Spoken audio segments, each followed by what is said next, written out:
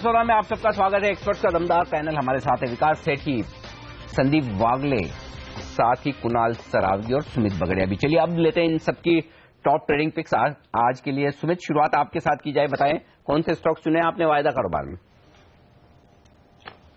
अनिल जी, कोल India में कल एक अच्छी मूव हमको एक तेजी देखने को मिली थी। कोल इंडिया ने बहुत दिनों के बाद लोअर लेवल से एक अच्छी रिकवरी, अच्छी तेजी दिखाई है। तो कोल इंडिया में ऐसा लगता है कि अब यहाँ पे एक सपोर्ट लेके यहाँ से एक तेजी बननी चाहिए। तो पहला स्टॉक है कोल इंडिया तेजी की तरफ में, जो ऊपर में यहाँ से इमीडिएटली 335 से 340 तक के मूव दिखा सकता है। तो कोल इंडिया में प्रेजेंट लेवल्स पे अगर बाय करते हैं 320-21 के लेवल पे 312 का एक छोटा स्टॉप लॉस रखना होगा और ऊपर में टारगेट 335 से 340।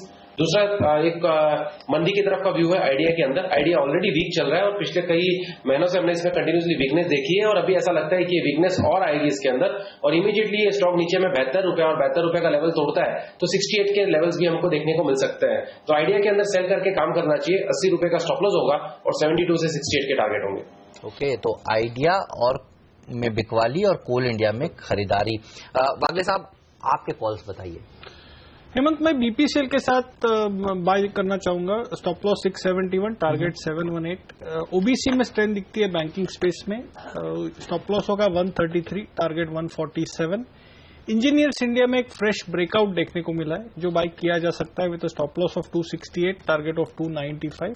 और एक सेल में एक अपोलो हॉस्पिटल है जिसमें मुझे थोड़ा सा हल्का सा वीकनेस दिखाई देता है, जो 1347 के स्टॉप लॉस से बेचा जा सकता है फॉर अ टारगेट ऑफ 1278।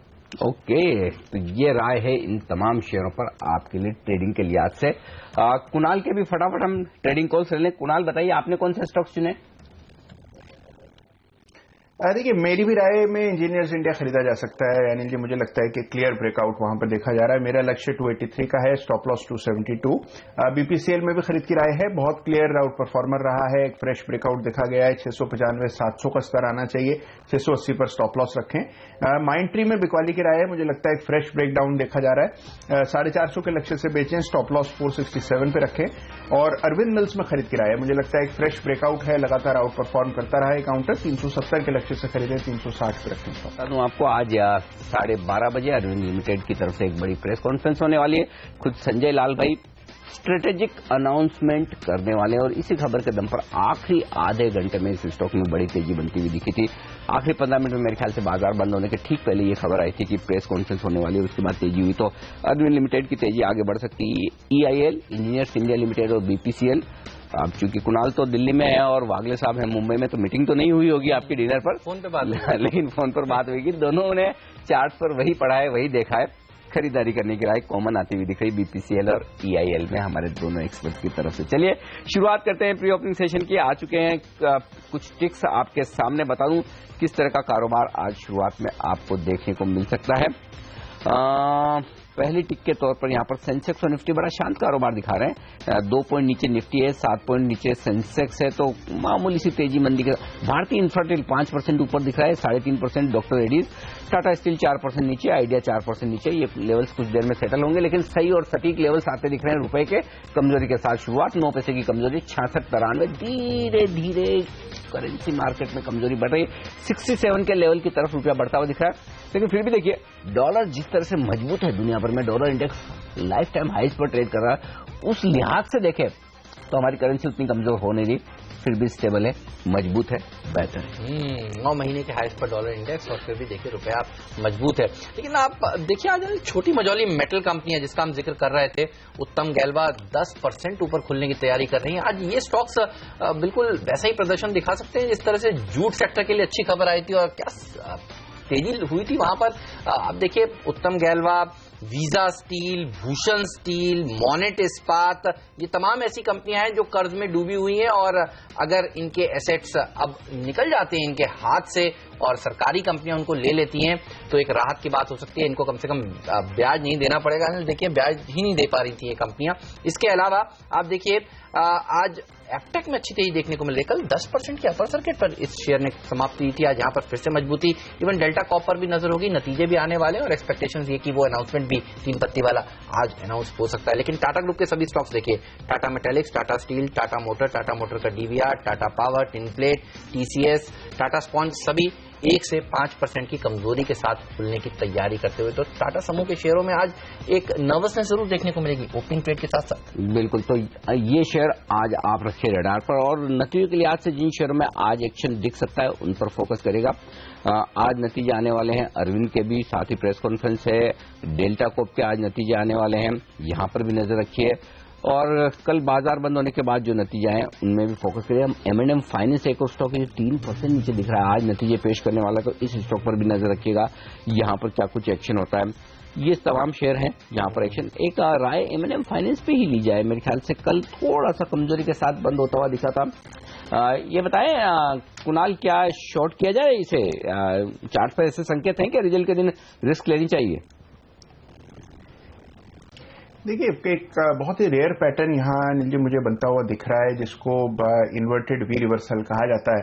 तो मुझे लगता है कि कुछ गिरावट डेफिनेटली आपको देखने को मिल सकती है। हो सकता है 340 तक की काउंटर फिसल जाए। एक स्टॉप लॉस 358, 359 के आसपास रखे, मुझे लगता है 340 तक गिरने की संभावना। ओके, तो ये राय है आपके लिए M&M फाइनेंस पर। चलिए, इससे पहले कि बाजार सेटल हो प्री ओपनिंग सेशन में, बता दें आपको कि ट्रेडिंग के मौके आज आपके लिए कहां बनते हुए नजर आ रहे हैं। देख लेते हैं स्टॉक 2020 के मैच का अपडेट जो खेला गया था सुबह 7:30 से 8 के बीच में।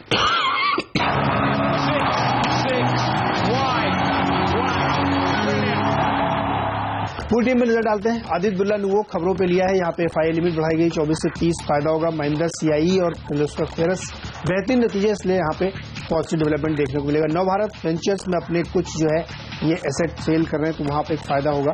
वहीं पायनियर एम्ब्रॉयडरीज में खरीदारी करिए, प्रोमोटर के प्रेफरेंशियल शेयर जारी हुए, साथ ही एक प्लांट जनवरी से ऑपरेशनल होगा, तो वो एक बहुत पॉजिटिव डेवलपमेंट है।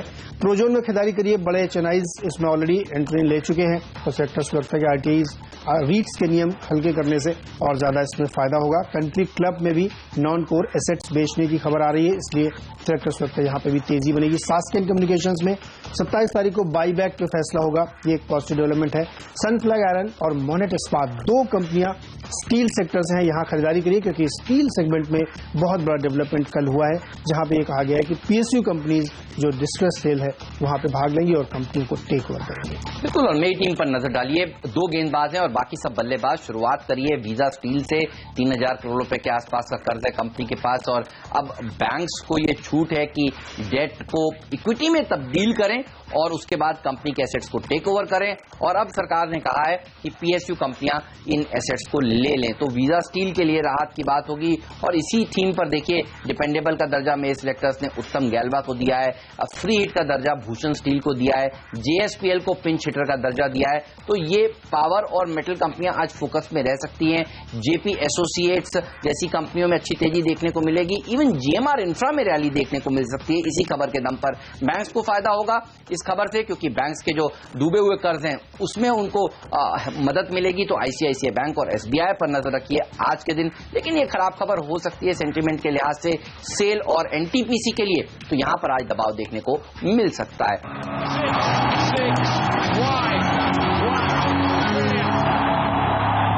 चलिए, तो प्री ओपनिंग ट्रेड्स लगभग सेटल हो चुके हैं और आप देखिए अच्छी तेजी पिटे हुए मेटल कंपनियों में देखने को मिल भी रही है। सब 6% मजबूती के साथ खुलने की तैयारी करते हुए उत्तम गैल्वा, मोनेट इस्पात, वीजा स्टील, भूषण स्टील सब 6% ऊपर इस समय प्री ओपनिंग ट्रेड्स में आपको नजर आ रहे हैं।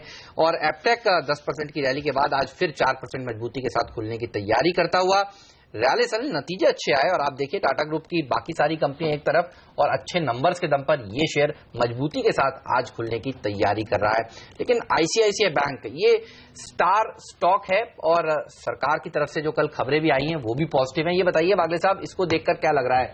कल ठंडे बाजार में भी देखिए 2% मजबूत था, पिछले हफ्ते 14% तक की तेजी, क्या और ऊपर जा सकता है? आपके अगले टारगेट ICICI बैंक पर बताएं। हेमंत, वैसे 285 का एक टारगेट है जो कल आया है और वहां पर एज ए ट्रेडर मैंने कल परसों बोला था कि थोड़ा प्रॉफिट बुक करना चाहिए, लेकिन जब आप वीकली चार्ट्स देखो तो मुझे 320 तक के टारगेट्स ओपन होते हुए नजर आ रहे। तो जिस तरह से लास्ट वीक में वॉल्यूम्स थे, मुझे लगता है ये 315, 320 अगले 2 या 3 हफ्ते में जा सकता है। कोई भी करेक्टिव मूव पे इसको लेना चाहिए। मुझे नहीं लगता ये 270 के नीचे जाएगा। ऑन द अपसाइड 315, 320 का व्यू है।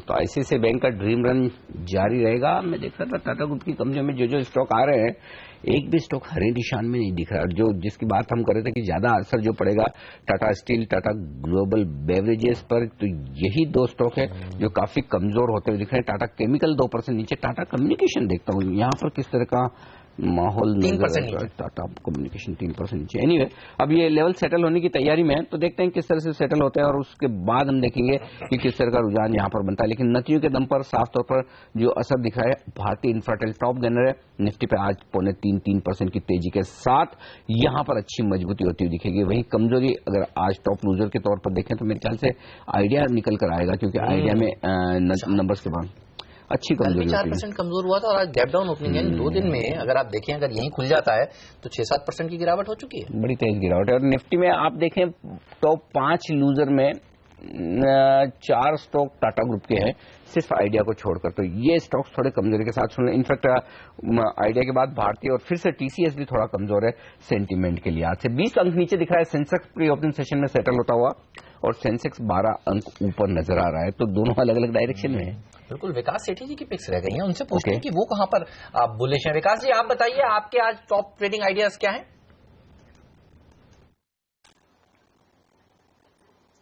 हेमंत, जो पहला टॉपिक रहेगा वो रहेगा अरविंद पे मैं बुलिश हूं। मुझे लगता है आज इसके नतीजे भी अच्छे आने चाहिए, और जो एक प्रेस कॉन्फ्रेंस में जो इन्होंने एक स्ट्रेटेजिक अनाउंसमेंट की बातें करी है, मुझे लगता होना हो ये कोई रिटेल कारोबार के डीमर्जर की भी न्यूज हो सकती है। That would be pretty positive for the stock. तो मैं इस स्टॉक पे बुलिश हूं। मुझे लगता है आज इसमें 375 तक के लेवल्स देखे जा सकते हैं। जो दूसरा स्टॉक रहेगा वो रहेगा फेडरल बैंक का। इसके भी आज एक नतीजे आने वाले हैं। कल स्टॉक में बहुत अच्छा मोमेंटम देखा गया है और मुझे लगता है यहां पे भी तेजी बिल्कुल बननी चाहिए, तो Federal Bank would be there. और जो तीसरा स्टॉक रहेगा वो रहेगा टोरेंट फार्मा का।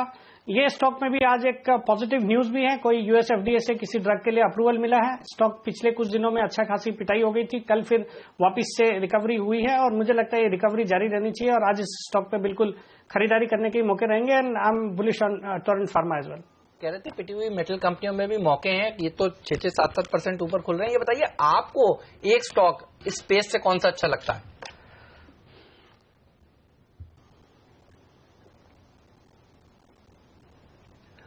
विकास जी, आपसे सवाल था कि मेटल कंपनियां देखिए जो घाटे में चल रही हैं, जिनके लिए सरकार ने कल एक फैसला लिया है, सब 6-7-8% मजबूती के साथ खुल रही हैं। आपको कौन सा स्टॉक सबसे अच्छा लगता है, जहां आपको लग रहा है कि ये फैसला फायदेमंद हो सकता है? बिल्कुल, अगर इस सेक्टर में एक स्टॉक को चूज करना पड़े तो I would like to go with an Uttam Steel, और मुझे लगता है उसमें आज एक बिल्कुल अच्छी तेजी रहनी चाहिए और यहां से थोड़े अपसाइड्स बिल्कुल नजर आ सकते हैं उसमें। उत्तम स्टील। अच्छा विकास, कैश मार्केट के भी कुछ स्टॉक्स आपने चुने खरीदारी करने के लिए, आज से बताएं उनके बारे में, कौन से स्टॉक्स हैं?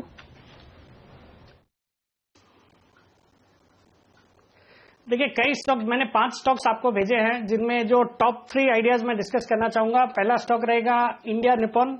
ये स्टॉक भी बहुत अच्छा एक स्टॉक है, कल बहुत अच्छा इसमें रुझान देखा गया। मुझे लगता है ये बिल्कुल आज भी तेजी बनी रहेगी, तो यहां पे खरीदारी करनी चाहिए। जो दूसरा स्टॉक रहेगा वो एक कंजम्पशन स्टोरी पे बेस्ड है, एक अच्छी एफएमसीजी कंपनी है ज्योति लैबोरेटरीज। यहां पे भी बिल्कुल तेजी रहनी चाहिए, तो यहां पे भी खरीदारी करनी चाहिए। और जो तीसरा स्टॉक मैं रेकमेंड करना चाहूंगा वो एक आरबीएल जो नई लिस्टिंग हुई है, जो रत्नाकर बैंक है, वहां पे भी मुझे लगता है आज कल भी एक अच्छा मोमेंटम था और स्टॉक के जो कंपनी के नतीजे भी आए थे इस क्वार्टर में बेहद ही शानदार थे। मुझे लगता है वहां पे भी तेजी बिल्कुल रहनी चाहिए, तो RBL would also be a stock to watch out for. तो सारे स्टॉक्स न्यूज वाले शेयर चुने आज विकास ने। देखिए, ज्योति लैब में खबर ये कि केयर ने इनकी रेटिंग को अपग्रेड किया है। अच्छा, दूसरा कौन सा स्टॉक बताया था विकास ने? इंडिया निपॉन, एक वो स्टॉक है। आरबीएल के आज नतीजे आने वाले हैं, हेक्सावेयर के आज नतीजे आने वाले, ग्रेन्यूल्स के आज नतीजे आने वाले, फेडरल बैंक कल नतीजे पेश करेगा, अरविंद में आज प्रेस कॉन्फ्रेंस है। तो एकदम ये कहना चाहिए कि जागरूक एक्सपर्ट है। और मेटल कंपनी में उत्तम गैल्वा, ये देखिए 6% मजबूती के साथ खुलने की तैयारी कर रहा है। एक्टेक पर राय लेना चाहता हूं कुणाल, कल 10% का अपर सर्किट और क्या ड्रीम रन स्टॉक में देखने को मिला, ये बताइए, और ऊपर जा सकता है? चार्ट देखकर क्या नजर आ रहा है आपको? देखिए, निश्चित जा सकता है हेमंत। जिस तरह का चार्ट स्ट्रक्चर है, बहुत बड़ी आउट परफॉर्मेंस को समाप्त कर रहा है। जो बड़ा रेजिस्टेंस चार्ट पर नजर आता है वो 220 के आसपास है, तो मुझे लगता है कि यहां से भी कुछ 6-7% की और तेजी की गुंजाइश दिखती है। तो मुझे लगता है डेफिनेटली जिनके पास पोजीशन है बने रहना चाहिए। पोजीशन है तो बनाए रखें और देखते हैं आगे और किस तरह का माहौल दिखता है। डेल्टा देख लेते हैं, आज कल बड़ा मजबूत था, हम सुबह डिस्कस कर रहे थे, आज नतीजे आने वाले नतीजों के पहले 185-86 के आसपास ट्रेड कर रहा है। कुणाल इसी के चार्ट्स बता दें, क्या कह रहे हैं? देखिए बहुत बेहतरीन चार्ट है अनिल जी, और मुझे लगता है कि 3 महीने पहले डेल्टा में जो ब्रेकआउट आया उसके बाद से हम देख रहे हैं कि लगातार वर्टिकल राइज हमने इस काउंटर में देखा है। मुझे लगता है 200 को पार करना चाहिए। बहुत ही फियर अपसाइड है, इसलिए इन स्तरों पर खरीदने की राय नहीं है, लेकिन जिनके पास पोजीशन है मुझे लगता है कायम रहना चाहिए। दोनों में बेटर कौन सा आपको लगता है वाले साहब, ये बताइए। डेल्टा और एप्टेक। डेल्टा एंड एप्टेक। एप्टेक तो हेमंत रेंज से निकल गया। आई थिंक जो लेवल से हम बात कर रहे थे तो अभी लेना बिल्कुल मुश्किल हो जाता है। डेल्टा अभी भी मुझे थोड़ा अपसाइड दिखाई दे रहा है, लगभग 200-205 के एज अ ट्रेडिंग बेट, और on the downside 170 break होना नहीं चाहिए। ओके, तो ये राय है इन तमाम शेयर पर। एक स्टॉक बड़ा कमजोर दिख रहा है आज, मुझे नहीं पता किस वजह से, AIA इंजीनियरिंग सुबह 8% नीचे दिख रहा है। प्री ओपनिंग सेशन में ऐसा कुछ सुनने में तो नहीं आया। तो कुछ फंड्स का फेवरेट शेयर था, और दिवाली पिक में भी मैं देख रहा था। कल दिवाली पिक में हाँ उर्मिश पटेल जो उमेश शाह जो आए थे हमारे, उन्होंने रिकमेंड किया था। मोनित इस्पात, उत्तम गालवा, भूषण, ये 3 बड़े सास्केन एक और स्टॉक है जहां पर कोई खबर है। हाँ जी, 27 तारीख को बोर्ड बैठक है बाईबैक को लेकर। ये स्टॉक 5% मजबूत खुल रहा है, यहां पर तेजी बनती हुई दिख रही। नव भारत वेंचर्स के लिए भी अच्छी खबरें आई हैं, और ये 1 करोड़ का कोई सब्सिडी वगैरह का एक्विजिशन या इस तरह की खबर है, जिसके चलते हुए ये मजबूत खुल रहा है। अरविंद 1.25% मजबूत खुल रहा है। ये स्टॉक्स हैं जो एक्शन में दिख रहे हैं। इस वक्त एक्शन देखेंगे कि किस तरह का होता है, क्योंकि निफ्टी देखिए 12 अंक मजबूत है, सेंसेक्स 17 अंक नीचे है, बैंक निफ्टी असली एक्शन तो यहीं से आ रहा है। देखिए 20,000 की तरफ बढ़ने की कोशिश करेगा बैंक निफ्टी, और लगभग 100 अंक ऊपर दिख रहा है बैंक निफ्टी, 19,900 के आसपास शुरुआती कारोबार में। तो बैंक निफ्टी की मजबूती रहेगी बरकरार, ये है संकेत इस वक्त आपके लिए। आइए शुरुआत करेंगे प्री ओपनिंग सेशन के बाद कंटिन्यूस सेशन की, और बता दें रुपए में मामूली कमजोरी के साथ आपकी शुरुआत होती हुई दिखी है, और SGX निफ्टी एकदम सुस्ती के संकेत दे रहा है डायरेक्शन की तलाश में। लेकिन हमारा डायरेक्शन क्लियर है निफ्टी पर थोड़ी मजबूती की तरफ, बैंक निफ्टी पर मजबूती की तरफ। लेकिन देखेंगे टाटा ग्रुप के स्टॉक्स क्या कुछ वाकई में इन पर दबाव बना पाते हैं। पहली टिक आपकी स्क्रीन पर आती हुई सेंसेक्स निफ्टी पर 18 अंक पर है सेंसेक्स निफ्टी, 8 अंक मजबूत खुलता हुआ दिख रहा है। हरे निशान के साथ शुरुआत की है भारतीय बाजार ने। मजबूती कहां से आ रही है? आज का स्टार परफॉर्मर फिर से ICICI बैंक के 2.25% की तेजी के साथ, भारतीय इंफ्राटेल नतीजे के बाद 1.5% मजबूत, इन्फोसिस, बैंक ऑफ बड़ौदा जैसे शेयर मजबूत खुलते हुए दिख रहे हैं आज के सेशन में। कमजोरी का है सिस्को 3.5% नीचे, सबसे नीचे खुलता हुआ ये, और आइडिया सेल्युलर में 3% का नुकसान। Tata power, Tata Motors, DVR और TCS ये 5 बड़े लूजर निफ्टी पर, और इन्हीं के दम पर फिसलता हुआ निफ्टी लाल निशान में। 5 अंक नीचे निफ्टी और 15 अंक नीचे सेंसेक्स, लेकिन बैंक शेयरों की तेजी बरकरार है। ये वायदा कारोबार में बता दूं आपको, तमाम स्टॉक जो टॉप लूजर हैं वो टाटा ग्रुप के ही हैं। टाटा केमिकल सबसे ज्यादा गिरता हुआ 4%, टाटा स्टील, टाटा कम्युनिकेशन और टाटा ग्लोबल बेवरेज 3 से 4% तक का नुकसान आता दिखा है टाटा ग्रुप के शेयरों में। लेकिन इनके अलावा आइडिया कमजोर है, अदानी एंटरप्राइजेज जिसने कल बाजार बंद होने के बाद कमजोर नतीजे पेश किए, 3% नीचे, और टाटा पावर में 2% का नुकसान है। वोल्टास, ये तमाम शेयर हैं जो कमजोर होते हुए दिख रहे हैं। मजबूत क्या है? पेज इंडस्ट्री आज फिर से 3.5% ऊपर खुला है, और ICICI बैंक 2%, अरविंद 1% ऊपर। ये तमाम स्टॉक है जो एक्शन में, लेकिन बाजार डायरेक्शन की तलाश में, न बड़ी तेजी हो रही न बड़ी मंदी होती दिख रही, लेकिन बैंक निफ्टी पर डायरेक्शन साफ है, और वो है 70 अंकों की मजबूती का है। बिल्कुल, और घाटे में चल रही जो कंपनियां थी मेटल कंपनियां, अब आप देखिए हम आपसे कह भी रहे थे 5% ऊपर खुलेंगी। 5% ऊपर खुलने के बाद उत्तम गैल्वा 11-12% मजबूती के साथ इस समय ट्रेड कर रहा है। विकास कह रहे थे अगर आपको किसी एक मेटल कंपनी पर भरोसा करना है पिटे हुए पैक में, तो इस पर करना चाहिए। 8,000 करोड़ रुपए का कर्ज है, और ये कर्ज नहीं चुका पा रहे थे, और सरकार ने जो कल नियमों में फेरबदल किए हैं, देखिए उसका फायदा इस पूरे पैक को मिल रहा है। वीजा स्टील का भी आलम ऐसा ही है, 6% ऊपर खिला, और अब 11% की मजबूती यहां पर भी देखने को मिल रही है। 3,000 करोड़ रुपए का कर्ज ये कंपनी भी नहीं चुका पा रही थी। मोनेट इस्पात 7% की तेजी, बड़ा कर्ज है इस ग्रुप पर भी, हम सब जानते हैं। और भूषण स्टील 5% की तेजी, यहां पर भी 39,000 करोड़ रुपए का कर्ज है इस कंपनी के ऊपर, और ये तमाम स्टील कंपनियों के लिए राहत की खबर कल बाजार बंद होने के बाद निकल कर आई, और इसीलिए यहां पर तेजी देखने को मिल रही है साफ तौर पर। इसके अलावा छोटी छोटी स्टील कंपनियां देखिए जिनके भाव अब 10 रुपए से नीचे बल्कि 5 के नीचे पहुंच गए। इलेक्ट्रो स्टील 3% नीचे, 3% की तेजी यहां पर देखने को मिल रही है और अच्छी खासी पिटाई यहां पर हो चुकी है। तो मुश्किल में चल पड़ रही हुई स्टील कंपनियों में तेजी देखने को मिल रही है। एप्टेक आज फिर 5% मजबूती के साथ दौड़ लगा रहा है। महिंद्रा सीआई के नंबर अच्छे आए, 2% की तेजी देखने को मिल रही है। क्रॉम्पटन कंज्यूमर देखिए 2% मजबूत है और स्टार परफॉर्मर तो फिर से आपको आईसीआईसीआई बैंक को ही कहना होगा क्योंकि 2% की तेजी यहां पर देखने को मिल रही है और यही एक ऐसा स्टॉक है जिसके चलते बाजार नीचे नहीं जा रहा है। बैंक निफ्टी अगर हरे निशान में है तो सिर्फ और सिर्फ आईसीआईसीआई बैंक की वजह से। एसबीआई में भी आधे % की तेजी देखने को मिल रही है। बिल्कुल, तो कल जो मजबूती बड़ी सरकारी बैंकों में, छोटे बैंकों में दिख रही थी, आज इतनी बढ़ नहीं रही है, थोड़ा शांत कारोबार है। लेकिन हाँ, इलाहाबाद बैंक हरे निशान में जरूर ट्रेड कर रहा है, आईसीआईसीआई बैंक, आईडीएफसी बैंक, ये थोड़े थोड़े सुस्ती का माहौल है। मतलब ऐसा लग रहा है कि कोई बड़ा मूव आने के छोटे शेयरों में बड़े मूव है। वीजा स्टील अब 16% ऊपर है। कैश के स्टॉक्स तो चल ही रहे, फिर वहां पर तो एक्शन है ही। स्मॉल कैप इंडेक्स दिखाइए जरा कितना मजबूत है, नजर डाली जाए, क्योंकि 775 शेयर मजबूत है। यहाँ स्मॉल कैप इंडेक्स हरे निशान में ट्रेड करता हुआ दिख रहा है। बाकी इंडेक्स में कहीं कोई दम वाली बात नहीं। 3 स्टॉक है जो 1% से ज्यादा मजबूत है निफ्टी में। भारतीय इंफ्राटेल जो कल नतीजे दे चुका है, आईसीआईसीआई बैंक ड्रीम रन चल रहा है और अदानी पोर्ट आज नतीजे देने वाला है। उससे पहले ये है मजबूत। ये 3 स्टॉक 1% से ज्यादा एक्शन में। अब कमजोरी की तरफ 1% से ज्यादा एक्शन 4 स्टॉक्स में, Tata steel, Tata power, Tata Motors. लेकिन बता दूं आपको कि निचले स्तरों से ये तमाम स्टॉक्स रिकवर होते हुए दिख रहे हैं, थोड़ी थोड़ी खरीदारी आती दिख रही है। आइडिया सेल्युलर अब 2% ही कमजोर बचा था। जो स्टॉक्स बड़े गैप से नीचे खुले थे वहां रिकवरी आने के आसार इस वक्त आपको। वीजा स्टील में सर्किट लग गया है। आप देखिए 6% ऊपर खुला, उसके बाद 11-12% पर हमने फिर बताया और अब यहाँ पर सर्किट लगता हुआ। तो छोटी मझौली मेटल कंपनी आज देखिए किस तरह का प्रदर्शन दिखा रही हैं सरकार के कल देर शाम के फैसले के बाद। लेकिन आज टाटा समूह के शेयर देखिए कमजोर हैं। टाटा स्टील, टाटा कम्युनिकेशन में प्रेशर है। इवन टाटा पावर देखिए, कॉफी देखिए, स्पॉन्ज देखिए। तो टाटा ग्रुप के स्टॉक 1 से 3% तक की कमजोरी आज दिखा रहे हैं। 2.5% टाटा स्टील नीचे है।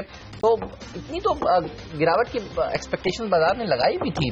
अब क्या यहाँ पर एक कॉन्ट्राबेट लिया जा सकता है? विकास, आप कैसे देख रहे हैं? खुल तो चुके हैं, स्टेबल भी होते हुए दिख रहे हैं। क्या ये शेयर बाजार बंद होने तक रिकवर कर जाएंगे, आपको लग रहा है? और एक कॉन्ट्राबेट लेना चाहिए इंट्राडे ट्रेडिंग के लिहाज से, या आपको लगता है कि अवॉइड करना सही होगा? नहीं, बिल्कुल हेमंत, मैंने पहले भी कहा था कि प्योरली परफॉर्मेंस के हिसाब से अगर देखा जाए तो इन स्टॉक्स में अगर गिरावट आती है तो वहां पे खरीदारी करनी चाहिए। मुझे लगता है जो मैनेजमेंट में बदलाव होगा ये डेफिनेटली फॉर अ पॉजिटिव होगा। खाली जो दिक्कत रहेगी वो अगर ये कॉर्पोरेट बैटल लिंगर ऑन होती है या ऐसा कुछ होता है तो डेफिनेटली नेगेटिव हो सकता है। और मेरी राय में इन स्टॉक्स में जैसे टाटा मोटर्स में अगर गिरावट आती है तो डेफिनेटली खरीदारी करनी चाहिए। टाटा स्टील में भी न्यूज फ्लो पॉजिटिव है और इस क्वार्टर में मुझे लगता है स्टील कंपनियों के नतीजे भी अच्छे आने चाहिए। तो वहां पे भी अगर गिरावट रहती है तो बिल्कुल खरीदारी करने के मौके ढूंढने चाहिए। आपके साथ वागले साहब भी हैं। जब आप ये बात कर रहे थे तो वागले साहब कह रहे थे मुझे भी टाटा मोटर्स अच्छा लग रहा है। तो सर बताइए, क्या अभी खरीदेंगे? हेमंत, टाटा मोटर्स सबसे बेस्ट स्टॉक लगता है। आई थिंक अनिल जी ने मॉर्निंग में कहा था टाटा स्टील सबसे वीक लगता है और वो बहुत ज्यादा गैप से ओपन हुआ। टाटा मोटर्स सबसे कम अगर किसी कंपनी पर असर पड़ना है तो टीसीएस और फिर टाटा। बिल्कुल। और टाटा मोटर्स में मुझे वो इंट्राडे मोमेंटम दिखता है। 555 में भी ऊपर नीचे हो सकता है। 550, 549 के स्टॉप लॉस से फॉर अ टारगेट ऑफ 565, 570 तक भी जा सकता है इंट्राडे। वैसे तो डिस्क्लोजर देने की जरूरत नहीं, सबको पता है आपके पास। मैं होल्ड नहीं करता। अब आपने निकाल दिया। चलिए, तो टाटा मोटर्स सबसे ज्यादा मजबूत दिख रहा है। लेकिन एक और स्टॉक जहां थोड़े शॉर्ट्स बनने के संकेत दिख रहे हैं मुझे, सुमित बताएं आप। अदानी पावर 1% कमजोर है। ओपन इंटरेस्ट में 4% के आसपास का इजाफा दिख रहा है। आज सबसे ज्यादा ओपन इंटरेस्ट इसी स्टॉक में बना। कल नतीजे कमजोर आए थे, उसके बाद दिन में गिरा जरूर था, लेकिन आज फिर से कमजोरी। क्या कुछ शॉर्ट करना चाहिए या तेजी की पोजीशन बन रही है? क्या ट्रेड होगा यहाँ पर? Anil ji, purely trading point of view से देखना है तो थोड़ा सा नीचे आ सकता है। थोड़ा सा नीचे से मेरा मतलब है 1 से 1.5 रुपए नीचे आ सकता है। 25 रुपए 50 पैसे या 25 रुपए तक ही आ सकता है। तो प्योरली अगर ट्रेडिंग करना है किसी ने 1 से 2 दिनों के लिए तो 27 रुपए 50 पैसे के स्टॉप लॉस से एक सेल का व्यू लेके काम किया जा सकता है। 26 रुपए 60 पैसे चल रहा है। 25 रुपए 50 पैसे और 25 रुपए टारगेट। बस इतना सा ही टारगेट के लिए खेलना चाहिए सेल साइड में, क्योंकि ओवरऑल ये स्टॉक की एक रेंज चल रही है अदानी पावर की 25 रुपए से लेके 28 रुपए की रेंज। तो ये थे वो 2020 के बाद के स्टार परफॉर्मर्स और देखिए सूची आपके सामने 16% ऊपर वीजा स्टील, उत्तम गैल्वा 11% ऊपर, भूषण स्टील में 9% की तेजी, जेएसपीएल में एक अच्छी तेजी, बैन में है स्टॉक, उसके बावजूद देखिए यहाँ पर तेजी होती हुई नजर आ रही है। और मोनेट इस्पात में 9% की तेजी देखी जा रही है। नवभारत वेंचर्स में खबरें थी कि अपनी सब्सिडरी बेचकर पैसा जुटा रही हैं। पायनियर एम्ब्रॉयडरीज में 3% तक की तेजी देखी जा रही है। कंट्री क्लब खबरों के दम पर टीम में शामिल था। और टाटा सैस्कन कम्युनिकेशन ये एक और ऐसा स्टॉक है जो 4% मजबूत है। एप्टेक देखिए ना 10% के अपर सर्किट के बाद ये स्टॉक अब 6% की मजबूती दिखा रहा है। क्या तेजी देखने को मिल रही है एप्टेक में? एप्टेक और डेल्टा सारे के सारे स्टॉक्स देखिए भाग रहे हैं। ये मतलब कैश वाले स्टॉक्स के लिए तो मैं वो कहूंगा कि ड्रीम पीरियड चल रहे हैं। जिस तरह की तेजी इन तमाम शेयरों में हो रही है, गजब भाग रहे हैं। टाटा ग्रुप के सारे शेयर एक तरफ और आप देखिए टीटीएमएल 6% मजबूत है। वो इसी वजह से मजबूत है कि हाँ लोगों को लग रहा है कि कहीं न कहीं डोकोमो के साथ जो लीगल ये बैटल चल रहा है वो एक बड़ा कारण हो सकता है साइरस मिस्त्री के निकाले जाने के पीछे, और यही वजह कि लोग टाटा टेली में पैसा लगाने के बारे में सोचें। तो ये एक स्टॉक है जहां तेजी बनती हुई साफ तौर पर दिख रही है। हेक्सावेयर एक और स्टॉक है जहां पर आज नतीजे आने वाले हैं। कल हमने एक्शन देखा था, दिन के हाई पर जाकर बंद हुआ था, आज सुस्ती है। वागल साहब है कोई संकेत चार्ट पर खरीदारी अभी क्वालिक हेक्सावेयर नतीजों के पहले? और आज एक और इंटरेस्टिंग बात यह भी कि बायबैक का भी ऐलान होगा, तो वो एक सपोर्ट तो है। अनिल जी मेरा तो व्यू इसमें पॉजिटिव है। कल मेरे रडार में था, लेकिन वो कल अच्छी खासी मूव आई नहीं। जैसे ये स्टॉक 199, 199.50 क्रॉस करता है, मुझे लगता है ये 205, 206 की तरफ जाना चाहिए, तो व्यू पॉजिटिव होगा। जेएसपीएल देखिए एफएनओ में टॉप 3 गेनर्स में शामिल है।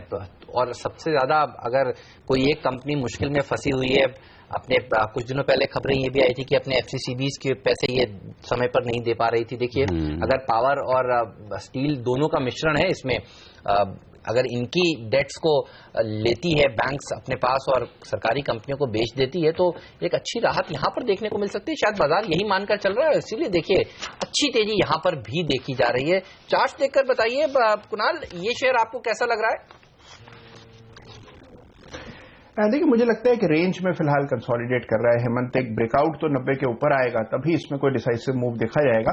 लेकिन जो बहुत छोटी स्टील कंपनी है जैसे आप लोग चर्चा कर रहे हैं, मुझे लगता है कि वहां ज्यादा बड़ा एक्शन है, तो भूषण स्टील मेरी राय में इन स्तरों पर खरीदा जा सकता है। भूषण स्टील लेवल्स पर भी खरीदा जा सकता, तो अभी भी मौके हैं। एक और इंटरेस्टिंग बात हेमंत जो दिख रही है कि धीरे धीरे बाजार स्टेबल होने की कोशिश कर रहा है। एक अच्छा संकेत जो मैं पढ़ रहा हूँ वो ये कि 8,700 के नीचे जाने के लिए तैयार नहीं है निफ्टी। आज भी लो 8,700, हालांकि कोई बहुत बड़ी तेजी नहीं हो रही, लेकिन और उसका एक रीजन एक्चुअली हमने 6 अक्टूबर के बाद पहली बार कल 8,700 के ऊपर बंद हुआ है, तो ये भी एक अच्छा साइन है। हाँ, और एक्चुअली हम आज थोड़ा टाटा ग्रुप की वजह से विश्लेषण थोड़ा जल्दी कर रहे थे। एक डेटा बताना रहेगा, क्योंकि 8,700 के पुट में कल 5 लाख शेयर जुड़े और कॉल में 3 लाख शेयर कम हुए, तो अब टसल वाला पॉइंट जो है ना वो 8,700 निर्णायक लेवल है आज के लिए। तो 8,700 के ऊपर आप बन रहेंगे, तेजी करने वाले ट्रेडर्स की पूरी कोशिश रहेगी उसके नीचे ना फिसलने जाए। तो मनोवैज्ञानिक जीत 8,700 के ऊपर की है और वही होता दिख रहा है सर। आप देखिए 8,780 का वागले साहब का निफ्टी का टारगेट भी है, तो आपकी नजर होनी चाहिए इस पर। लेकिन तेजी तो अनिल देखिए ये छोटी छोटी मेटल कंपनियों में हो रहा है। आधुनिक मेटल 10 रुपए से नीचे वाली कंपनी एक्चुअली 10 रुपए के नीचे पहुंची इसलिए है क्योंकि ये एसेट्स को संभाल नहीं पा रहे थे। 8% की तेजी। इलेक्ट्रो स्टील 6% की तेजी, ये भी 10 रुपए से नीचे वाला शेयर 3 रुपए का पहुंच गया था।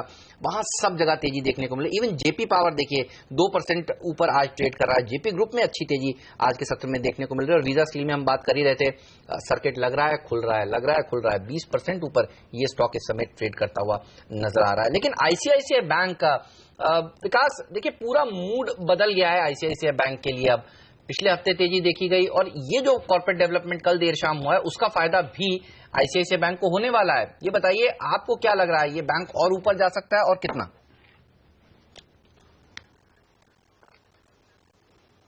बिल्कुल हेमंत, मैं बुलिश हूं। अगर आपको याद होगा पिछले मंगलवार को जब मैं आपके इसी शो पे था तो वो जो एसआर की डील आई तो मेरी जो टॉप रिकमेंडेशन थी वो आईसीआईसीआई बैंक की थी और वहां से इस स्टॉक ने बहुत अच्छी एक उछाल देखी है और मुझे लगता है बिल्कुल यहां से भी और अपसाइड्स देखने को मिलेंगे तो खरीदारी करनी चाहिए। एक और जो टाटा ग्रुप का स्टॉक है जिसके बारे में मैं जिक्र करना चाहूंगा वो है वोल्टास।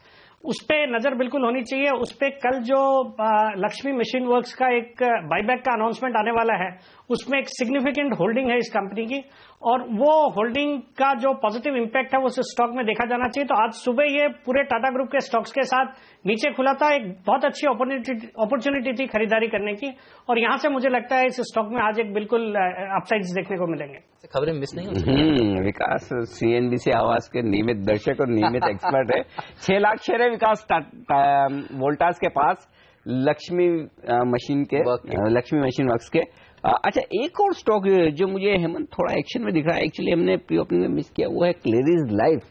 कल एक बड़ा ट्रेड होता हुआ दिखा था क्लेरिज लाइफ के स्टॉक में, और एवरेस्ट फाइनेंस इन्वेस्टमेंट कंपनी ने यहाँ खरीदारी की 270 रुपए में। एक्चुअली ये आशीष कचोलिया की कंपनी है, जो एक जाना माना नाम है, उन्होंने खरीदारी की। और क्लेरिज लाइफ में मुझे याद है राधाकिशन दमानी जी ने भी बहुत पहले से खरीदारी की हुई है, 180-200 रुपए के आसपास। ये बड़ा इंटरेस्टिंग स्टॉक है। विकास अगर है हमारे साथ तो विकास से पूछे, विकास क्लेरिज लाइफ पर आप कोई राय रखते हैं? पहले दमानी जी ने खरीदारी की, अब कल आशीष कचोलिया खरीदते हुए दिखे हैं। यहाँ पर 3 लाख शेयरों की उनकी खरीदारी हुई। टोटल एक एबेलोन एनर्जी फंड है, उन्होंने 12 लाख शेयर बेचे। क्या ये पोर्टफोलियो में रखने लायक शेयर है?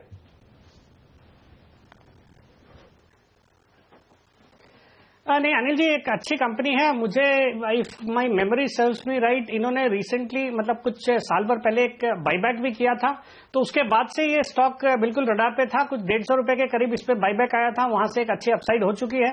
और मुझे लगता है जिस तरह के डेवलपमेंट और जिस तरह के बड़े निवेशकों ने इस पे निवेश किया है, डेफिनेटली इस स्टॉक में यहां से मल्टीबैगर गेन्स देखे जा सकते हैं। तो मेरे राय में लंबी अवधि के लिए इस स्टॉक को कोई भी गिरावट में खरीदारी करके रखना चाहिए। लॉन्ग टर्म के लिए बेहतरीन पिक हो सकती है। दिवाली का समय है तो इस तरह के शेयर, और जनरली ये वो समय है जब लोग HNI इन्वेस्टर्स को फॉलो करते हैं, देखते हैं कि लॉन्ग टर्म के लिए वो क्या शेयर ले रहे हैं। क्योंकि आप सही कह रहे हैं, करना चाहिए, क्योंकि ये HNI इन्वेस्टर्स 5-7% के गेन के लिए तो खरीदते नहीं है। 5 टाइम्स, 10 टाइम्स, 15 टाइम्स, कुछ तो 20, 30 टाइम्स के लिए लेते हैं। मुझे याद है राधाकिशन दमानी जी ने चेन्नई पेट्रो खरीदा, और चेन्नई पेट्रो में 6-8 महीने तक कभी कोई मूव ही नहीं हुआ। लोगों को लगता था ये क्या हो रहा है। उन्होंने इंडिया सीमेंट खरीदा 80 रुपए में, इंडिया सीमेंट 6 महीने तक हिला नहीं। और क्लैरिस तो आप कह रहे हैं वो कंपनी खरीद रही है। हाँ, और टाटा स्टील 250-250 रुपए में वो तब खरीदते थे। HPCL, BPCL जब कोई देखता नहीं था। बेसिकली इन इन्वेस्टर की सबसे बड़ी बात है कि वो 6 महीने 12 महीने आगे का देखते हैं। आजकल प्रोजोन खरीद रहे हैं, आजकल प्रोजोन है, तो 12 महीने आगे का अगर खरीद कर वो देख रहे हैं। और ऐसे इन्वेस्टर अगर आप क्लेरिज लाइफ या फिर इस तरह के शेयर जो भी उनके नाम आ रहे हैं, तो आप फिर उनके भाव रोज रोज ना देखें, निवेश के लिहाज से देखें, और कम से कम 12 महीनों का व्यू रखें और उसके बाद ट्रेड करें तो ज्यादा ठीक है। तो चलिए, ये एक स्टॉक है जो आप रेडार पर रख सकते हैं इन बड़े इन्वेस्टर्स के लिहाज से। लेकिन आज का दिन इंपॉर्टेंट इसलिए भी है क्योंकि 8 निफ्टी की कंपनियों के नतीजे आने वाले हैं, और ये जो कंपनियां हैं कुल मिलाकर मैं जोड़ रहा था, इनका वेटेज है 16% निफ्टी पर। तो विकास, ये बताइए किस कंपनी से आपकी उम्मीद ज्यादा है, किस कंपनी से, सेक्टर से उम्मीद कम है? नाम पढ़ देता हूं। HDFC bank, Kotak Mahindra bank, axis bank, इनके नंबर्स आने वाले हैं। अडानी पोर्ट, एशियन पेंट, भारतीय एयरटेल, डॉक्टर रेड्डी और जी एंटरटेनमेंट के नंबर्स आने वाले हैं। तो कुल मिलाकर 16% वेटेज वाली कंपनियों के नंबर्स आज हैं। कोई खास एक्सपेक्टेशन किसी कंपनी से?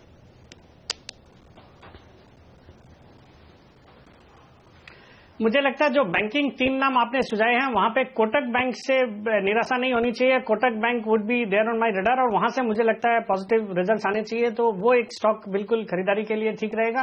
और बाकी एशियन पेंट्स भी मुझे लगता है स्टॉक में एक अनवारंटेड गिरावट हमने पिछले कुछ दिनों में देखी है। फेस्टिव सीजन है, पेंट कंपनियों को बिल्कुल उसका फायदा मिलना चाहिए। स्टॉक ऑल्दो वैल्यूएशंस के लिहाज से थोड़ा महंगा होगा, बट एक क्वालिटी स्टॉक है, और गिरावट के बाद मुझे लगता है वहां पे भी खरीदारी के मौके ढूंढने चाहिए। ओके, ये है निफ्टी के रिजल्ट्स आज के। और इस भी देखिए, जो सुबह से हम बार बार कह रहे हैं आपको कि कर्ज में डूबी हुई कंपनियों पर नजर रखिए। JSPL, ये स्टॉक मेरे रडार पर आ रहा है, 2% के इजाफे के साथ वायदा कारोबार में इस वक्त टॉप गेनर है। जी हाँ, और वो भी तब जबकि ये वायदा कारोबार के बैन में है। बैन में होने के बावजूद यहाँ पर तेजी होती दिख रही है। और हेमंत, इस पर तो हमने पहले स्टोरी भी की थी कि हाँ, ये स्टॉक, ये कंपनी ऐसी है जो कर्जों को कम करने की दिशा में बहुत सीरियसली लगी हुई है, ठीक जेपी ग्रुप की तरह। अच्छा, एक और चीज है, अब जिस तरह से दबाव डाल रही है सरकार, कह रही है कि अगर आपने अपने कर्जे सही से घटाए नहीं तो आपकी कंपनियों को पीएसयू कंपनियां टेक ओवर कर लेंगी। अब ये कंपनियां और सीरियसली अपने कर्जों को घटाने की कोशिश करेंगी और प्रमोटर्स जिनको नहीं चाहिए कि उनके एसेट्स उनके हाथ से जाएं, वो पैसा डालेंगे, तो बैंक्स की सेहत सुधरेगी, लेकिन इन कंपनियों की ज्यादा सुधरती हुई दिखेगी। आज कौन कौन से स्टील स्टॉक्स है आपकी टीम में? 4-5 थे। सब भाग रहे हैं। देखिए, वीजा स्टील, भूषण, उत्तम गालवा, मोनेट इस्पात, इन तमाम कंपनियों के लिए बड़ी फायदे की बात है। और आज देखिए कमजोर बाजार में भी बैंक निफ्टी ऊपर है, बैंकिंग शेयर हरे निशान में है, तो उसकी वजह यही कि ये फायदा बैंक्स को भी है। अच्छा, ये स्टॉक 2020 के superstars 3 stock double digit return, क्या बात है। वीजा यही सेक्टर चल रहा है, यही चल रहा है एक्चुअली। और जिंदाल स्टील एंड पावर भी देखिए 2% मजबूत है। ये तमाम शेयर हैं जो मजबूती के साथ कारोबार करते हुए दिख रहे हैं, शानदार। इधर देखिए मोनेट इस्पात, नव भारत, ये तमाम शेयर, इवन कंट्री क्लब जो नीरज ने चुना, ये भी अपनी कुछ एसेट्स बेचने की बात कर रहे हैं। इनकी बोर्ड बैठक है 3 नवंबर को। जी हाँ, कंट्री क्लब की 3 नवंबर को बोर्ड बैठक है, कुछ एसेट्स बेचेंगे, तो उसके बाद स्टॉक को देखिए 7% का बड़ा उछाल आता हुआ दिख रहा है। Small cap index, mid cap से भी ज्यादा एक्शन वहां पर शिफ्ट हो गया है, मतलब धीरे धीरे कैश मार्केट के स्टॉक्स में एक्शन और बढ़ता हुआ दिख रहा है। चलिए, वक्त है हमारे तमाम एक्सपर्ट से विदा लेने का। विकास सेठी जी, कुणाल सरावगी साहब और साथी सुमित बगड़िया जी और वागले साहब, बहुत बहुत शुक्रिया हमारे लिए वक्त निकालने के लिए। पहला सौदा में आज बाजार थोड़े से कमजोर है, 25 अंक नीचे सेंसेक्स, 5 अंक नीचे निफ्टी है, तो शांत कारोबार कहना चाहिए। टाटा ग्रुप की कंपनियों के कमजोर प्रदर्शन के बावजूद सेंसेक्स निफ्टी होल्ड करते हुए दिख रहे हैं। अब तक तो ये रुझान दिख रहा है। लेंगे एक छोटा सा ब्रेक और ब्रेक के बाद हमारा फोकस होगा पूरी तरह से फेस्टिव सीजन पर। जी हाँ, हम दिवाली सीजन की शुरुआत कर चुके हैं कल से ही, और हम बता रहे हैं कि इस दिवाली से अगली दिवाली तक कहां है आपके लिए निवेश के मौके, कैसा रहेगा बाजार। और इस खास कड़ी में आज हमारे साथ जुड़ेंगी Canara HSBC OBC life insurance की डायरेक्टर इन्वेस्टमेंट रितु गंगराड़े अरोड़ा, इस छोटे से ब्रेक के बाद।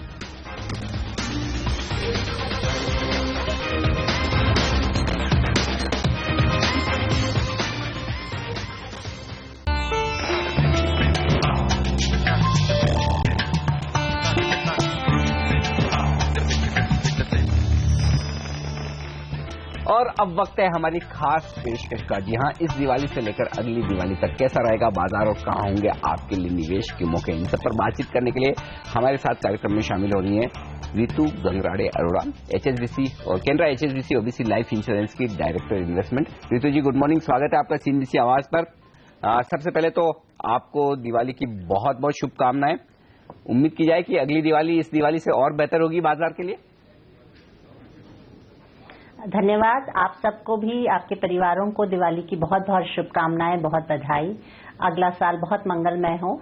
और मुझे पूरा विश्वास है पिछली दिवाली से ये दिवाली बहुत अच्छी रही है और अगली दिवाली और भी बढ़िया होगी, क्योंकि इंडियन फंडामेंटल्स बहुत सशक्त हैं और मुझे लगता है यहाँ से मार्केट बहुत अच्छे रिटर्न्स देता रहेगा अगले कुछ साल। ओके, तो मैम अगली दिवाली के लिए माना जाए बाजार एक नया हाई लगाएगा, निफ्टी सेंसेक्स में एक नया लाइफ हाई लगता हुआ नजर आएगा, ये मानना चाहिए, आप मान रही हैं? मुझे लगता है ये मानना चाहिए कि मार्केट में डेफिनेटली सशक्त रहेगा, अपसाइड बनी रहेगी। ग्लोबल जो क्यूज हैं उनके ऊपर काफी नजर रखनी चाहिए। यूएस इलेक्शंस तो हैं ही जो अभी बहुत करीब हैं, जिनके नतीजे हमें कुछ दिनों में पता चल जाएंगे। फेड का क्या रवैया होता है और यूरोप क्या करता है अपनी ग्रोथ रिवाइव करने के लिए। अब वो फिस्कल मेजर्स की बात कर रहे हैं क्योंकि मॉनेटरी मेजर्स नाकाम रहे हैं उनके लिए, तो ग्लोबल पर भी नजर रखनी चाहिए। बट इंडिया एक आइसोलेटेड आइलैंड होगा काम का, ग्रोथ का, इम्प्रूवमेंट का, तो यहाँ पर निवेश विदेशी भी करते रहेंगे और मुझे पूरी उम्मीद है कि देशी निवेशक भी करते रहेंगे। कॉर्पोरेट अर्निंग्स में इम्प्रूवमेंट होना बहुत जरूरी है अगर एक लाइफ टाइम हाई बनाना है तो, पर मुझे उम्मीद है कि ये होता रहेगा और अगले 3 साल में बहुत अच्छे पैसे बनने चाहिए निवेशकों के लिए। अगले कुछ महीने रेंज बाउंड रह सकते हैं, टाइम करेक्शन हो सकता है, बट अगले 3 साल बहुत पॉजिटिव लगते हैं। ओके, अगले 3 साल काफी मजबूत रहेंगे, तो सिर्फ ये नहीं, आगे आने वाली 2 और दिवालियां काफी बेहतर होगी। किस तरह की ग्रोथ की उम्मीद इस मार्केट से, किस तरह के रिटर्न्स की उम्मीद की जा सकती है? क्या 15 से 18% कंपाउंडेड सालाना रिटर्न इस बाजार में बनना बेहद आसान है? क्या ये सोचना ठीक है अगले 3 सालों के लिए, रितु जी? मार्केट अगर अभी आप देखें तो 18 टाइम्स FY17 पर ट्रेड कर रहा है, जो कि बहुत सस्ता मार्केट नहीं है, रीजनेबली वैल्यूड है। अगर हम अपने रीजनल पीयर्स से भी कंपेयर करें तो हमारा मार्केट वेल पॉइज्ड है, महंगा नहीं तो सस्ता भी नहीं। तो जो अब रिटर्न्स की उम्मीद करनी होगी वो एक अर्निंग्स के लाइन में ही होगी। तो डबल डिजिट रिटर्न तो होना चाहिए। मुझे उम्मीद है कि लोअर डबल डिजिट्स तो मान के चलना चाहिए कि रिटर्न मार्केट देगा, पर इसके लिए हमें अब अर्निंग्स इंप्रूवमेंट देखना होगा इस क्वार्टर में किस तरह के आते हैं। इस क्वार्टर से कंजम्पशन इंप्रूवमेंट की उम्मीद थी, जो कि मुझे लगता है बहुत सशक्त नहीं रही है। तो मैं अब अर्निंग्स पर नजर रखूंगी, जिस पे बेस करेगा कितने रिटर्न बनेंगे। मैम, सरकार की तरफ से देखिए जिस तरह के कामकाज हो रहे हैं, खासतौर पर कल देर शाम जिस तरह से एक इम्पॉर्टेंट बैठक का आउटकम निकल कर आया कि सरकारी जो कंपनियां हैं वो प्राइवेट सेक्टर की कंपनियों की जो हालत खराब है, खासतौर पर मेटल्स और शिपिंग सेक्टर के कर्जों को एक तरह से कंपनियों को टेक ओवर कर सकती हैं और ये बैंक्स के लिए बड़ी राहत की बात होगी।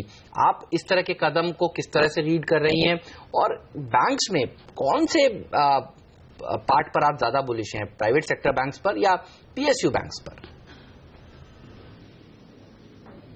जो सरकार की कोशिशें हैं वो बहुत ही अच्छी हैं, इनका मैं स्वागत करती हूँ। बहुत जरूरी है कि जो स्ट्रेस एसेट्स और NPA की सिचुएशन है इसे रिजॉल्व किया जाए, और ये सिर्फ बैंक को सशक्त करके नहीं, इस तरह से जो PSU बैंक्स कैश रिच हैं उसके तरीके से भी किया जा सकता है, और ये अच्छा कदम है। वैसे भी सरकार ने जो ORAP है, 7th पे कमीशन है, इस सब से भी लोगों के हाथ में काफी डिस्पोजेबल इनकम आई है, पर हम अभी कंजम्पशन नहीं देख रहे हैं। तो इकोनॉमी इंप्रूव हुई है, सरकार कदम उठा रही है। बैंक्स के लिए अच्छा रहेगा अगर इस तरह के टेक ओवर होता है स्ट्रेस्ड एसेट्स का, बट मुझे लगता है अभी भी प्राइवेट सेक्टर बैंक्स में ही निवेश करना चाहिए। जब तक कि हम थोड़ा सा इम्प्रूवमेंट नहीं देखते हैं बैलेंस शीट्स में, तब तक पब्लिक सेक्टर बैंक्स में स्ट्रेस बना रहेगा। काफी सस्ते हैं, पर देख समझ कर खरीदना चाहिए। फिलहाल सरकारी बैंक्स के लिए खबर अच्छी, लेकिन थोड़ा सा नजर बनाए रखें। लेकिन जब आप ये कहने कि हिंदुस्तान की स्टोरी पर बड़ा भरोसा है, तो क्या कंजम्पशन से जुड़े स्टॉक्स, वो सेक्टर्स आपको ज्यादा पसंद है? यदि हाँ, तो कौन से सेक्टर्स आपकी निगाह में हैं जहां पर हिंदुस्तान की स्टोरी के दम पर पैसा लगाना चाहिए? मेरा बहुत दृढ़ व्यू है कि कंजम्पशन और इंडियन डोमेस्टिक स्टोरी पर ही पैसा लगाना चाहिए, कि ग्लोबली बहुत वॉलिटिलिटी रहेगी। तो मुझे बैंकिंग से अगर रिलेटेड देखें तो प्राइवेट सेक्टर बैंक्स पसंद है, NBFCs पसंद है, हाउसिंग फाइनेंस कंपनीज पसंद है, सीमेंट पसंद है, ऑटोमोबाइल्स पसंद है, कंजम्पशन पसंद है, डिस्क्रिशनरी पसंद है, तो पेंट्स, केमिकल्स, तो जो भी सीमेंट, जो domestic growth, domestic consumption, domestic revival in infrastructure, capital goods, इस तरह के सेक्टर्स और इस तरह की नीति मुझे अभी काफी पसंद है। मेरा पोर्टफोलियो भी इसी तरह से अलाइंड है, पर इसके अंदर स्टॉक सिलेक्शन बहुत महत्व रखेगा। अगर आप देखें पिछले कुछ महीनों में मार्केट्स कहीं नहीं गया है, ±2% है, पर स्टॉक्स ने काफी अच्छे रिटर्न दिए हैं। तो एक अच्छा bottom up stock portfolio in sectors का अगर बनेगा तो काफी अच्छे रिटर्न्स बनने चाहिए। मैं एक खबर पर भी आपका रिएक्शन लेना चाहता हूं। ज्यादातर फंड मैनेजर्स के पास टाटा ग्रुप के देखिए शेयर तो होते ही हैं, लेकिन इस नजर से आपसे ये जानना जरूरी होगा कि आपने किस तरह से रीड किया कल देर शाम जो डेवलपमेंट्स हुए। साइरस मिस्त्री जी को चेयरमैन पद से निकाला गया, रतन टाटा इंटरिम चेयरमैन बने हैं 4 महीने के लिए, और उसके बाद एक नए चेयरमैन की तलाश होगी। आप कैसे रीड कर रही हैं इन सब बोर्डरूम ड्रामा को, और आपका क्या व्यू बन रहा है अब टाटा समूह पर? बहुत ही रोचक है, बहुत अनप्रेसिडेंटेड है, तो बहुत ध्यान से हम भी देख रहे हैं न्यूज चैनल्स को, पर अभी तक किसी भी तरह की ऑफिशियल कमेंट नहीं आया है। टाटा ग्रुप ने कोई भी ऑफिशियल स्टेटमेंट नहीं दिया है, इसलिए सब कुछ सिर्फ अटकलें हैं, अफवाह हैं। तो बहुत ध्यान से देखना चाहेंगे। टाटा ग्रुप्स बहुत प्रसिद्ध है अपने कॉर्पोरेट गवर्नेंस के लिए, वैल्यू सिस्टम के लिए, तो मैं बहुत ध्यान से देखना चाहूंगी कि ऐसा क्या हुआ जो इस तरह का अनप्रेसिडेंटेड कदम उठाया है। बट ओवरऑल मुझे लगता है टाटा ग्रुप के गवर्नेंस पर लोगों को और ज्यादा इससे भरोसा और विश्वास होगा, और अभी कहना मुश्किल है कि कहानी है क्या। इंटरेस्टिंग, ये बड़े डेवलपमेंट हुए हैं और देखना होगा आगे किस तरह से इनमें बात बनती हुई नजर आती है। लेकिन दो बड़ी ग्लोबल इवेंट्स हैं जिन पर आपसे राय लेना चाहता हूं रितु जी। एक तो यूएस के इलेक्शंस और उसके बाद दिसंबर के अंत में ब्याज दरें बढ़ने का खतरा, क्योंकि अब लगभग 60-65% लोग अमेरिका में मान रहे हैं जो पोल आ रहे हैं कि वहां ब्याज दरें बढ़ेंगी इस साल। इन दोनों इवेंट्स का क्या असर दुनिया भर के बाजारों पर और भारतीय बाजारों पर पड़ेगा? मार्केट ने मुझे लगता है अपना प्रिय कैंडिडेट चुन लिया है, मान के चल रहे हैं कि हिलरी ही ये इलेक्शन जीतेंगी। अगर ऐसा नहीं होता है और उनके आशाओं के विपरीत रिजल्ट आता है और ट्रंप जीतते हैं तो मुझे लगता है मार्केट्स में हम शेकआउट, एंजाइटी, कंसर्न्स देखेंगे। अगर हिलरी ही जीतती हैं तो शायद मार्केट इसको डिस्काउंट करके आगे बढ़ जाए पॉजिटिव मानकर। जो ब्याज दरें बढ़नी है उसका जो फिक्स्ड इनकम मार्केट्स है उस पर डेफिनेटली असर होगा। दूसरे मार्केट्स को भी हिम्मत आएगी इस तरह के इंक्रीज करने की। बहुत समय तक इंटरेस्ट रेट्स डेवलप मार्केट्स में लो, जीरो और सब जीरो भी यूरोपियन मार्केट्स में हैं, जो कि इकोनॉमी को रिवाइव उसके बावजूद नहीं कर पा रहे हैं। तो यूएस में जहां हमें इम्प्रूवमेंट दिख रहे हैं, फेड की ब्याज दरें बढ़ाना एक यूएस इकोनॉमी के मद्देनजर पॉजिटिव है। इंडियन इकोनॉमी को डेफिनेटली उससे नुकसान होगा। हमारी जो ब्याज दरें घट रही हैं, आरबीआई उसमें रिस्ट्रेन हो जाएगा। यूएस में ब्याज दरें बढ़े और हम घटाएं तो आर्बिट्राज बहुत स्ट्रांग हो जाएगा और करेंसी पर इम्पैक्ट आता है, तो बहुत ध्यान से करना पड़ेगा। तो करेंसी पर प्रेशर रहेगा, आउटफ्लो दिख सकता है, एफआईआईज आउटफ्लो होता है यूजुअली ब्याज दरों के साथ, जिससे हमारे equity markets, fixed income markets दोनों पर ही असर हो सकता है। तो फेड के ब्याज दरें बढ़ाना बहुत ध्यान से देखना होगा और उसके साथ वो क्या कमेंट्री देते हैं। अब ये आशा है कि अगले साल फिर सिर्फ 2 ब्याज दरें बढ़ने की आशंका है। तो अगर डिस्काउंट करता जाता है, ये वाली मेरे ख्याल से दिसंबर की ब्याज दर बढ़ना मार्केट काफी हद तक डिस्काउंट कर चुका है, पर एफआईआई फ्लोज डिसाइड करेंगे कि कितना इम्पैक्ट आता है मार्केट पर। बहुत बहुत शुक्रिया रितु जी आपका हमारे लिए वक्त निकालने के लिए और दिवाली की इस खास मौके पर इस खास चर्चा में अपनी राय हमारे दर्शकों को देने के लिए। लेंगे एक छोटा सा ब्रेक और ब्रेक में जाने से पहले बता दें बाजार थोड़े कमजोर होते नजर आ रहे हैं। अब लगभग 100 अंकों का नुकसान सेंसेक्स में दिखेगा, निफ्टी 8,700 के नीचे फिसलता हुआ और मिड कैप शेयरों में 1.5% का नुकसान है। बैंक निफ्टी भी थोड़ा कमजोर होता हुआ नजर आ रहा है। ब्रेक के बाद लौटेंगे, दिवाली पर ही हमारा खास फोकस बताएंगे आपके लिए दिवाली की धमाकेदार पिक्स। एंजल ब्रोकिंग के सिद्धार्थ पुरोहित हमारे साथ जुड़ेंगे अपनी टॉप ट्रेडिंग इन्वेस्टमेंट आइडियाज के साथ इस ब्रेक के बाद।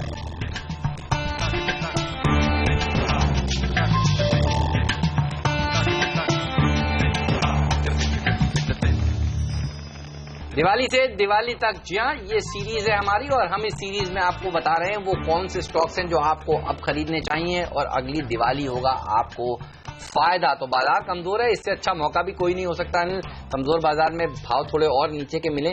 हमारे साथ हमारे एक्सपर्ट जुड़ चुके हैं और आज हमारे एक्सपर्ट हैं एंजल ब्रोकिंग के senior equity research analyst Siddharth Purohit. Siddharth, स्वागत है आपका और सबसे पहले दीपावली की आपको ढेरों शुभकामनाएं। बताइए कौन से स्टॉक्स आपने हमारे दर्शकों के लिए चुने हैं, आपका टॉपिक बताएं।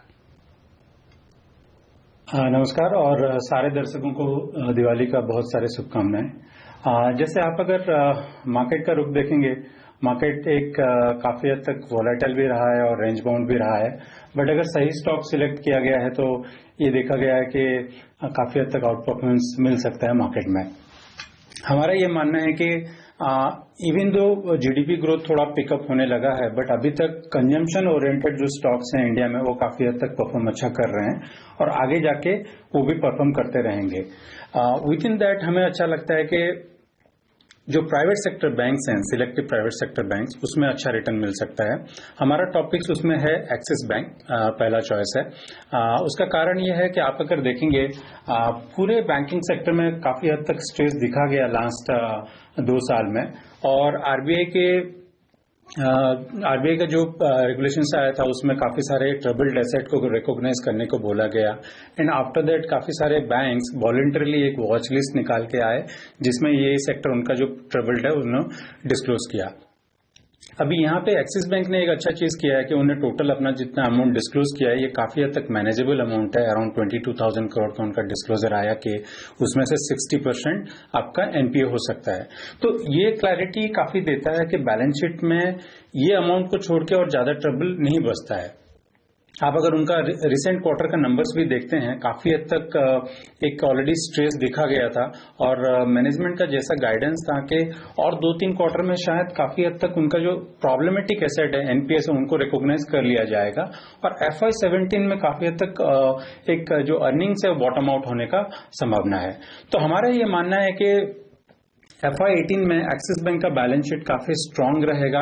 FY17 में ऑलरेडी जो क्लीनिंग अप प्रोसेस वो काफी हद तक ओवर हो चुका रहेगा और जो रिटर्न रेशियोज है वो शायद बॉटम आउट हो जाएगा FY17 में और हम लोग को ये आशा है कि FY18 में company the bank will start reporting good numbers, जैसे 20-22% kind of loan growth report कर सकता है और अगेन जो वापिस है 16.5% रिटर्न ऑन इक्विटी लेवल पे आपका अचीव कर सकता है। तो ये स्पेस में हमें इसी पॉइंट ऑफ व्यू से एक्सिस बैंक अच्छा लगता है in large cap and we have a target price of 630 on this and जो भी अगर कोई करेक्शंस भी मिलता है, अगर in case stock goes further down then it is a good opportunity to buy on this stock. जो दूसरा स्टॉक है जो हमें अच्छा लगता है, अगेन ये BFSI स्पेस में है, it is Equitas holdings limited. If you remember ये कंपनी कुछ ही महीना पहले IPO आया था उनका, एक काफी बहुत ही स्ट्रांग लिस्टिंग मिला था, लिस्टिंग गेन भी मिला था एंड सब्सिक्वेंटली काफी हद तक आप अगर देखेंगे तो इन्वेस्टर का इंटरेस्ट इसमें लगा हुआ रहा है। इसमें इंटरेस्टिंग बात यह है कि जैसे RBI ने लास्ट ईयर अराउंड 10 NBFC को स्मॉल फाइनेंस बैंक का लाइसेंस दिया गया था, तो उसमें से Equitas holding was one of the leading list. Now recently 2 months back Equitas holding अपना स्मॉल फाइनेंस बैंक का ऑपरेशंस ऑलरेडी चालू कर दिया है, तो उसके वजह से जो एक हैंगओवर था कि कितना बिजनेस ग्रोथ शायद स्लो डाउन हो सकता है क्या, वो शायद विजिबिलिटी में अभी तक मतलब दिखा नहीं है। आप अगर देखेंगे उनका अर्निंग्स ग्रोथ भी काफी हद तक स्ट्रांग रहा है और आगे जाके मैनेजमेंट का भी गाइडेंस है कि they will be able to maintain strong growth in excess of 35-40% kind of growth. तो मुझे लगता है कि जो एक सेगमेंट ऑफ मार्केट है जहां पे जो स्मॉल टिकट साइज का लोन्स का रिक्वायरमेंट रहता है और उनको ज्यादातर लार्ज बैंक से सर्विस नहीं मिलता है, स्मॉल बैंक्स लाइक इक्विटास को वो काफी एक बड़ा वैक्यूम मिलता है वो सर्व करने के लिए। तो मेरे हिसाब से ये स्मॉल फाइनेंस बैंक का काफी स्कोप है इंडिया में आगे जाके ग्रो करने का और नेक्स्ट 3-4 साल के लिए कोई दिक्कत नहीं होना चाहिए ग्रोथ के लिए और प्रॉफिटेबिलिटी के लिए। तो हमारा ये मानना है कि इक्विटास होल्डिंग एक काफी अच्छा पिक है अभी के लेवल्स में और इवन लंबे समय के लिए। तो इक्विटास होल्डिंग में हमारा बाय है with a target price of 235। बहुत बहुत शुक्रिया सिद्धार्थ आपका ये बेहतरीन पिक्स हमारे दर्शकों को देने के लिए आज। तो ये 2 स्टॉक हैं जो सिद्धार्थ को काफी पसंद है फिलहाल। शुक्रिया आपका। और इस बीच बाजार पर रखिए नजर, यहाँ पर थोड़ी कमजोरी बढ़ती दिख रही है 8,700 के नीचे निफ्टी। पहला सौदा में आज के लिए इतना ही, लेकिन आप बने रहिए CNBC आवाज के साथ। प्रियंका संभव दिल्ली से हमारे साथ जुड़ेंगी तो लेकर आएंगी कमोडिटी बाजार की ओपनिंग भी और आपके तमाम सवालों के जवाब भी। हमें दीजिए इजाजत, नमस्कार।